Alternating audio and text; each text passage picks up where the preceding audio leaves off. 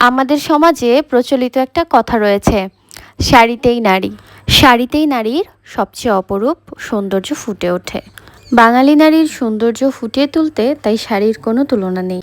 আসসালামু আলাইকুম, সবাই কেমন আছেন? আশা করি সবাই ভালো আছেন। তো আমরাও আলহামদুলিল্লাহ ভালো আছি। দুই এক দিনের ছোট্ট ছোট্ট ক্লিপ নিয়ে আজকের ব্লগটা সাজিয়েছি। চলুন শুরু করা যাক। একটা হাফ সিল্কের প্যারট কালার শাড়ি বের করে নিয়েছি। এটা হচ্ছে গিফটের একটা শাড়ি, আমার স্টুডেন্টের মা আমাকে ঈদের মধ্যে গিফট করেছিল। তো ভালো একটা দিন দেখে পরতে চেয়েছিলাম, যেহেতু সেও সেম শাড়িটা নিয়েছে। তো চেয়েছিলাম যে দুইজন একই সাথে একই দিনে পরবো। তো হাফ সিল্কের এই শাড়িটা এত কমফোর্টেবল আর এত আরাম, তো আমার তো পরেই মনে হচ্ছিল যে এত আরাম শাড়িটা। যদিও আমার শাড়ি পরে অভ্যাস নেই, মাঝে মাঝে পরা হয় এই আর কি। তো এই শাড়িটা পরার পর খুবই আরাম লাগছিল এবং পরার পর ম্যানেজ করতে খুবই সুবিধা হচ্ছিল। তো এর সাথে যেহেতু ব্লাউজ পিস নেই, আমার বাসায় ব্লাউজ বানানো ছিল, তো আমি ওই ম্যাজেন্টা কালার ব্লাউজ দিয়ে ম্যাচিং করে পরেছি। তো স্কুলে আমরা দুইজন একই দিনে সেই শাড়িটা পরে গিয়েছিলাম, তো সাথে মুক্তা ম্যাডামও আছে। যেহেতু আমরা শাড়ি পরে গিয়েছি আর শাড়িও অকেশনালি পরা হয়, তো সেদিন আমরা দুই একটা ছবি তুলে রাখলাম জাস্ট ফোনে রাখার জন্য। তারপর বাসায় চলে এসেছি। এসেই রুফাইদাকে আমি ওটস খাওয়াচ্ছি। সে আজকে দুপুরে লাঞ্চ করবে না, ভাত খাবে না, বলছে ওটস খাবে। তো আমি তাকে ওটসই খাওয়াচ্ছিলাম। আর এদিকে গতকাল রাতে আমি বিরিয়ানি রান্না করেছিলাম, তো সেটাই গরম করে নিলাম। আমি দেখা যায় রাতে রান্না করি, সেটা পরের দিন দুপুর পর্যন্ত খাই, আবার দুপুর শেষে রাতে রান্না করি, এরকম।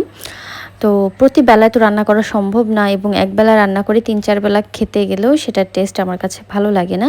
ইদানিং আমি এটা আবার খেতে পারি না। আগে দেখা যেত একদিন রান্না করলে পরের দিন রাত পর্যন্ত খেতে পারতাম। তো সময়ের সাথে সাথে মানুষের অভ্যাস, টেস্ট সব কিছুই চেঞ্জ হয়। তবে চেঞ্জগুলো পজিটিভ চেঞ্জই ভালো, নেগেটিভ চেঞ্জ আসলে আমাদের কারোই কাম্য নয়। তো সন্ধ্যার দিকে আবার আমরা তিনজন একসাথে হয়েছি, আমাদের যার যার বাচ্চা কাচ্চা নিয়ে। সন্ধ্যা বলতে তখন রাত প্রায় 9:30 মতো বাজে। সন্ধ্যার দিকে বের হওয়ার কথা ছিল, কিন্তু আমার একটু দেরি হয়ে গিয়েছিল এবং বের হওয়ার ডিসিশন নিতে নিতেই রাত হয়ে গেছে। তো সেদিন বাহিরে অনেক বেশি বাতাস ছিল, কিন্তু ঘরে অনেক বেশি গরম লাগছিল। তো বাহিরে বের হয়ে দেখলাম যে বাহিরে অনেক বাতাস। তো রাতের বেলায় বের হতে আমাদের বেশি ভালো লাগে। তো আজকে আমাদের সাথে কাব্যও আছে। সেদিন আমরা মোমো খেয়েছিলাম, কিন্তু কাব্য আসেনি। তো আমাদের ভিডিও দেখে বা আমাদের কাছে শুনে তো ওরও ইচ্ছা করছিল মোমো খাবে, যেহেতু মোমো ওর অনেক বেশি পছন্দ। তাই কাব্যর উসিলায় আমরাও এসেছি। কাব্য খাবে, সেই সাথে আমাদেরকেও খাওয়াবে। আজকের দিনের মোমো ট্রিটটা ছিল পুরোপুরি কাব্যর আম্মুর পক্ষ থেকে। তো যেহেতু কাব্যকে খাওয়াতে এনেছে, তার উসিলায় আমরাও বোনাস পেয়ে গেলাম, এই আর কি। তো আমরা এখানে মোমো অর্ডার করেছি 4 প্লেট। আমরা ছোট বাচ্চা কাচ্চা মিলে কয়জন ছিলাম, 6 জনের মতো, 6 কি 7 জনের মতো, ছোট ফাহিমের ভাই সহ আর কি। ও তো একদমই ছোট, খেতে পারে না যদিও। তো আমরা 4 প্লেট মোমো অর্ডার করে ফেলেছি। এটা আমাদের এলাকাতেই একটা ফুড কার্ট। আমাদের এলাকার যারা আছেন তারা হয়তো লোকেশনটা চিনবেন। কোয়ার্টারের ওই দিকের যে রোডটা, সেই রোডে এরকম মোমো পাওয়া যায়। তো আমরা তো প্রথম একদিন খেলাম, খাওয়ার পরেই আমরা ফ্যান হয়ে গিয়েছি। এদিকটা আসলেই মনে হয় যে একটু মোমো খেয়ে যাই। তো মোমো আমারও খুব ভালো লাগতো, কিন্তু এদিকে আসলে ওইভাবে মোমো পাওয়া যায় না। তো এদিকে যেহেতু পাওয়া যাচ্ছে এখন ফুড কার্টগুলোতে, তো আমার মনে হয় যে ভালোই হয়েছে। তো এখানে এসে দেখা হয়ে গেল আমাদের এলাকার আমাদের একজন মামা। তো উনি আবার অভিনয়ের সাথে জড়িত আছেন। চলুন দেখি মামা কি বলছে এখানে। সবচেয়ে বড় কথা হচ্ছে মোমোটা অসাধারণ ছিল। এখানে আরেকটা আছে ভালো লেগেছে। আর এভাবেই সবাই খাবে না, কাব্য তৈরি করে তাদের জন্য এটা ভালো, যে ওই অনুযায়ী কন্টেন্টগুলো মেক করতে পারবে এবং তোমাদেরকে ভালো ভালো খাবার ট্র্যাক করে দেবে।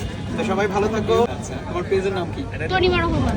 তনিমা রহমান এই পেজ, তোমরা সবাই সার্চ দাও, সার্চ দিয়ে পেজটাকে সাবস্ক্রাইব করো, লাইক কমেন্ট করো, যা খুশি করো, বাট পাশে থাকো, একে অন্যের পাশে থাকো।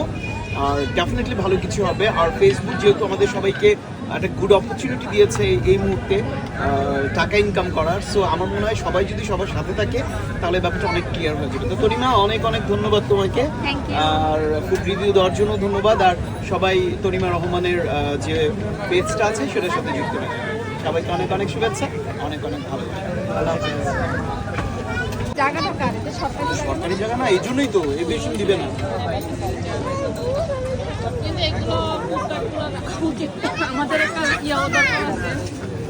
বাইরের কান্ট্রিতে আমি তো অনেক বছর বাইরে ছিলাম, ওই দেশে গভর্নমেন্ট তো মোমো খাওয়া শেষে বসে অনেক বিষয় নিয়ে কথা হচ্ছিল আমাদের। তো আমি আবার অনেক দিন ধরে ফুচকা খাই না, তো আমার ফুচকা খেতে খুব ইচ্ছা করছিল। তো সবাইকে বলছিলাম যে ফুচকা খাওয়ার জন্য, তো বললো যে মানে পেট ভরা, তাই হচ্ছে 1 প্লেট ফুচকা নিয়েছি। বাচ্চারা কেউ খায়নি, আমরা এই 3 জন খেয়েছি। ফুচকাটা এখানের অনেক মজা, এখানের ফুচকাটা অনেক মজা। তো ভাবলাম যে অনেকদিন যেহেতু খাওয়া হয় না তাহলে খাই।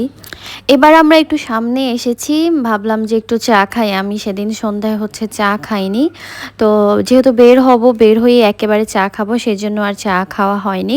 এমনিতেও আমরা বের হলে হচ্ছে এই দোকানের চাটা খাই, এই দোকানের চাটা খুবই ভালো লাগে। তো এখানে আমরা চায়ের অর্ডার দিয়েছি, আমাদের বাচ্চাগুলোও চা খায়। রুফাইদ অবশ্য খায় না, কাব্যও খায় না, তো বাকি যে 2টা বাচ্চা ওরা আবার চা খায়। তো আমি এই যে চা নিয়েছি।